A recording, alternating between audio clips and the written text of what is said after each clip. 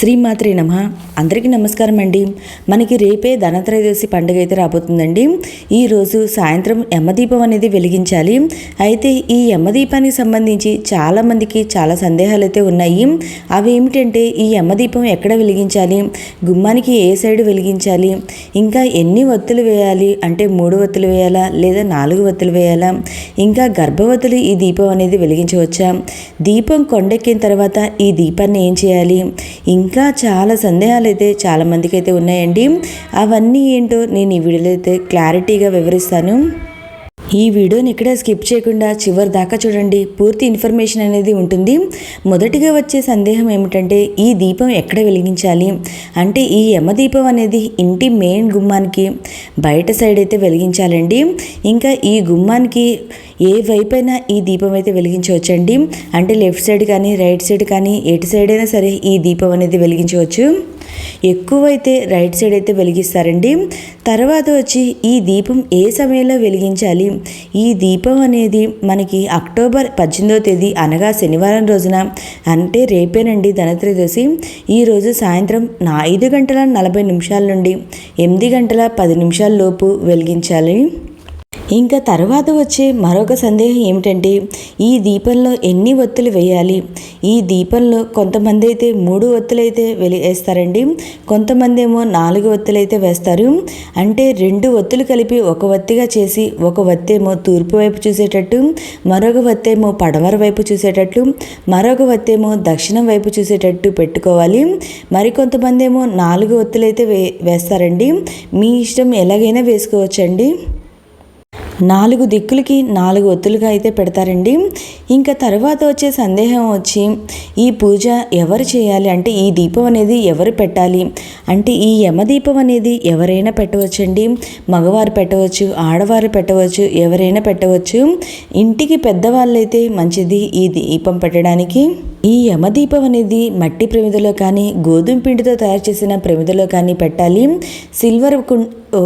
సిల్వర్ది మనకి ప్రమిదలు వస్తాయి కదండి, అవి కానీ ఇత్తడి గుద్దులు కానీ వీటిలో అయితే పెట్టకూడదు.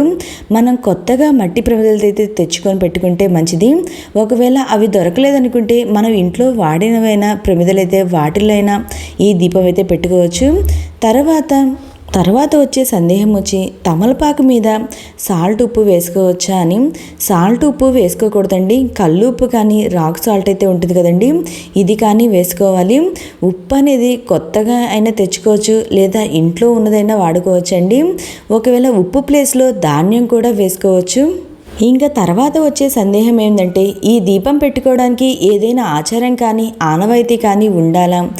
మేము ఎప్పుడు పెట్టుకోలేదు అండి, అంటే కొత్తగా పెట్టుకోవచ్చా అనుకునే వాళ్ళు పెట్టుకోవచ్చండి, ఏం కాదు. ఈ దీపం పెట్టుకోవడానికి ఆచారం ఆనవాయితీతో పని లేదండి.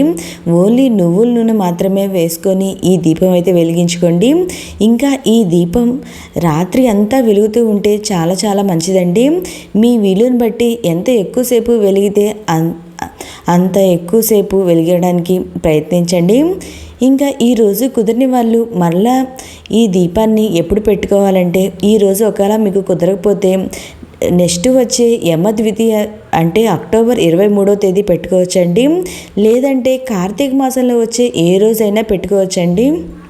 అయితే ఎంతమంది సభ్యులు ఉంటే అన్ని దీపాలు అయితే పెట్టాలా అని సందేహం అయితే రావచ్చండి. అవసరం లేదండి. ఎంతమంది సభ్యులు ఉన్నా ఇంటి ముందు ఈ ఒక్క దీపం పెడితే చాలండి. ఒకరికి ఒక దీపం అయితే పెట్టనవసరం లేదు, అందరికి కలిపి ఒక దీపం అయితే పెడితే చాలు.